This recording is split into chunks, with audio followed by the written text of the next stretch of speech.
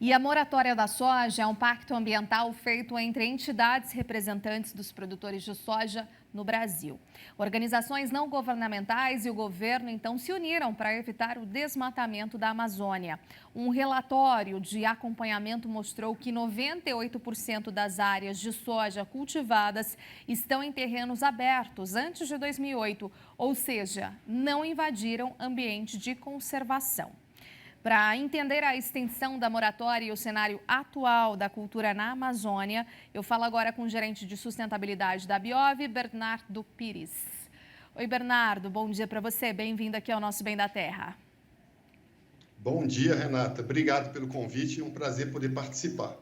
Isso é muito bom. Agora, a gente gostaria de saber, então, como que está esse cenário atual da moratória da soja, em torno das discussões, o que a gente já tem de avanços, né, para passar aqui para a nossa audiência, dado todo esse complexo que a gente vê, né, em cima sempre, claro, do nosso país, mas discussões que têm avançado e avançado muito bem. Qual o cenário atual, então, Bernardo?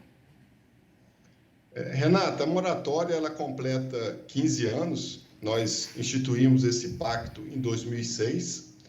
Na ocasião, nós tínhamos 1,4 milhões de hectares de soja plantada no bioma Amazônia. Atualmente, nessa safra 2021, nós tivemos 5,4 milhões de hectares, ou seja, houve um incremento de 4 milhões de hectares do início da moratória até hoje. E como você bem citou, apenas 107 mil hectares foram não conformes. O que é não conforme com a moratória? São plantios de soja que ocorrem no bioma Amazônia em áreas desflorestadas após julho de 2008. A data de corte era a época da assinatura, que foi 2006.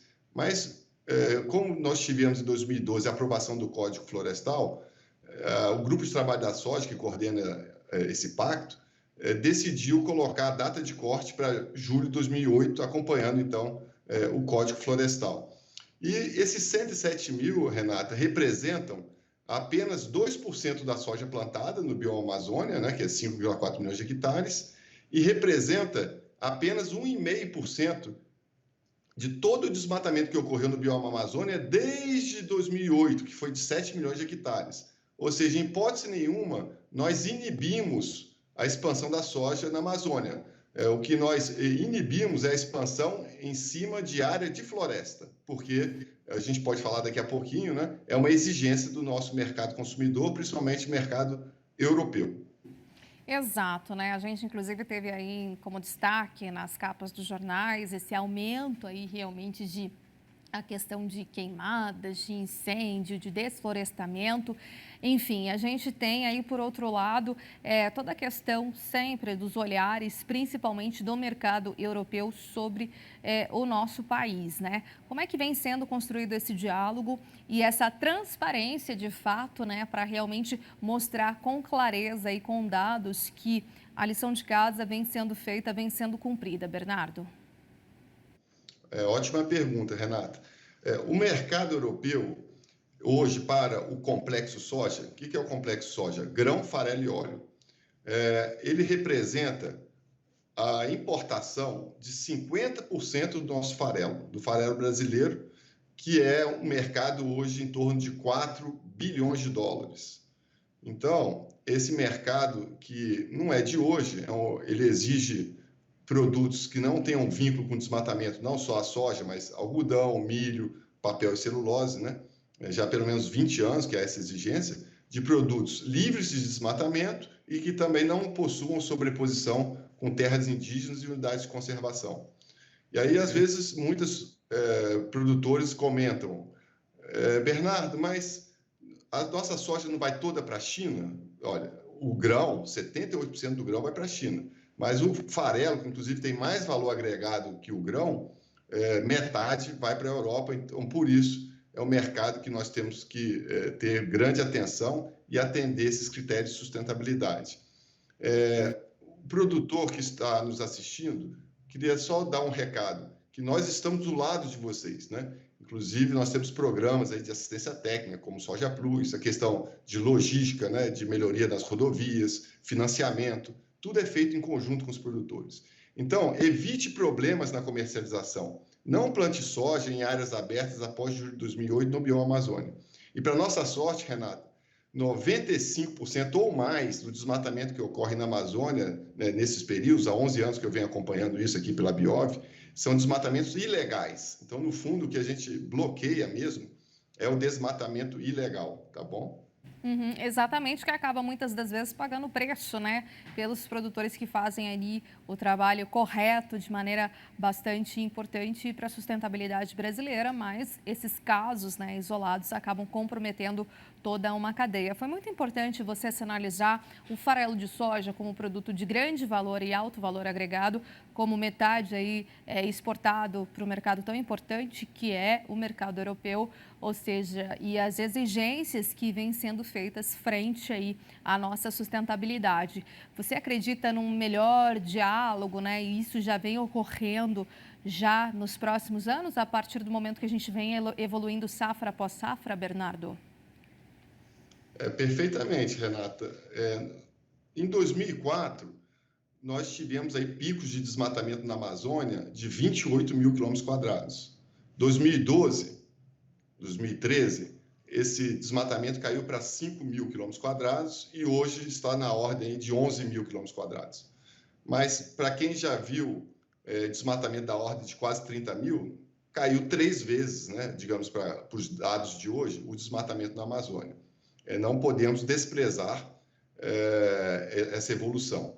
Tanto é verdade, respondendo a sua pergunta, que o governo dos principais países consumidores europeus, que seria Alemanha, França, Inglaterra, Noruega, Alemanha, né, Bélgica, Holanda, mandaram recentemente para o Mourão, que é responsável pela fiscalização integrada, né, Polícia Federal, Guarda Nacional, uma carta mostrando preocupação com o retorno do aumento do desmatamento, mas, por outro lado, enaltecendo todo o esforço que foi feito nesses últimos 15 anos, né, tanto de governança ambiental pública, na parte de fiscalização, quanto o programa PPCDAM, que é aquele programa de prevenção de combate ao desmatamento da Amazônia, citaram a moratória da soja como um grande exemplo de iniciativa privada, tá?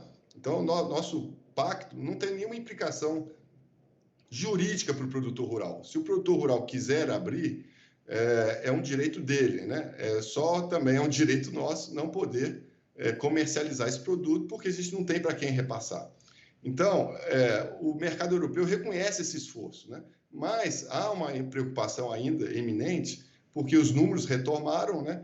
E também nós acreditamos que só a governança ambiental privada, que seria o poder econômico, não é suficiente para poder evitar queimadas e desmatamentos.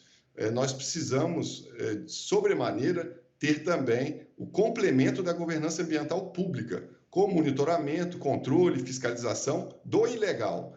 Então, isso é muito importante trabalharmos juntos, né? Em relação às queimadas, só queria dar um ponto. A gente fez um estudo bem recente na Biov, dos 15 municípios, né, o top 15, que mais queimaram no ano passado, na Amazônia, que ficam no estado do Amazonas, Acre, Pará, Rondônia e Mato Grosso, apenas 4 municípios plantam soja, tá? Então, assim, de 78 milhões de hectares que esses 15 municípios representam, só tem 52 mil hectares de soja.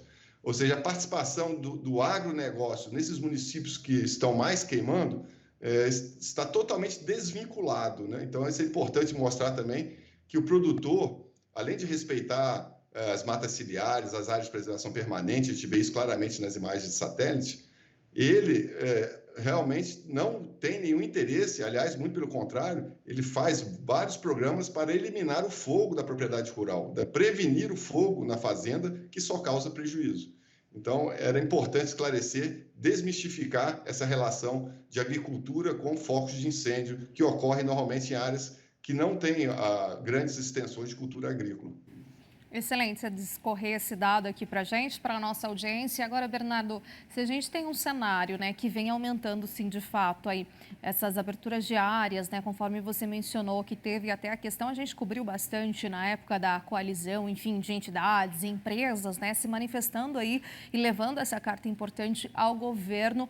E, claro, a gente também mostra o lado ali de fiscalização. Mas tem a questão do desmatamento ilegal. O outro ponto foco seria realmente reforçar mais essa fiscalização, né? Qual que é a avaliação da Biov para evitar, né, essa subida aí, sequente, né, nesses números?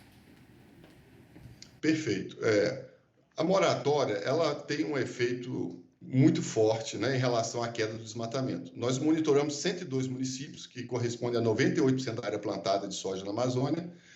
Antes da moratória, antes de 2008, esses 102 municípios desmatavam, né, em média, 10 mil quilômetros quadrados por ano.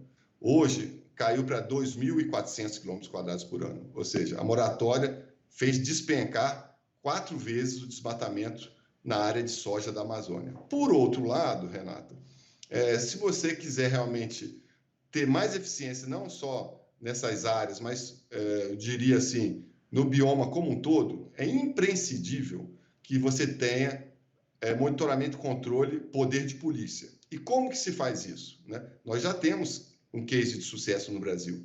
Tanto é que foi o que eu citei, o desmatamento caiu de 27 mil, né, quilômetros quadrados em 2004 para 4.800 em 2012. Por quê? Porque teve a fiscalização não só do IBAMA, tem a Guarda Nacional, Polícia Federal, Polícia Rodoviária Federal, aí sim, o IBAMA e as secretarias estaduais de meio ambiente. Isso que a gente chama de fiscalização integrada. E combater o quê? Combater a grilagem ilegal, o desmatamento ilegal, aquele produtor que desmata além do permitido na sua reserva legal, né? Então, nem estou falando daquele desmatamento irregular, que o produtor tem área para abrir e não tem autorização de supressão de vegetação, que aí realmente é um documento jurídico importante, né? Mas é a burocracia. Estou falando daquele produtor que entra já a mais do que a lei estabelece em relação à reserva legal, em alguns casos também sobrepõe área em terra indígena, unidade de conservação, assentamento de reforma agrária. Então, esse tipo de produção que nós temos que combater, como você bem disse, né? Separar aí o joio do trigo e, com isso, ter uma garantia de mercados mais exigentes, ter uma boa imagem do agronegócio brasileiro, manter a imagem que o Brasil hoje é o maior produtor, né? A maior potência agrícola e ambiental do mundo. Afinal de contas, nós usamos apenas 9% do nosso território para agricultura e tem 63% preservado, então é potência ambiental, e somos a terceira potência agrícola do mundo atualmente. Então, manter essa imagem, né, e mostrar que é possível, e sempre foi, mas a gente tem que comunicar isso lá fora, produzir e conservar os nossos ricos recursos naturais. Perfeito, Bernardo. Foi ótima aqui a nossa conversa, né? Abrindo aqui a semana também com vocês. Até uma próxima oportunidade. Sempre que houver dados, estudos, pesquisas, novidades aí por parte da Biov, fique à vontade para contactar aqui a gente do programa, tá bom? Um grande abraço, uma excelente semana, bom dia. Obrigado, Renato. Um abraço aí para o pessoal do Terra Viva.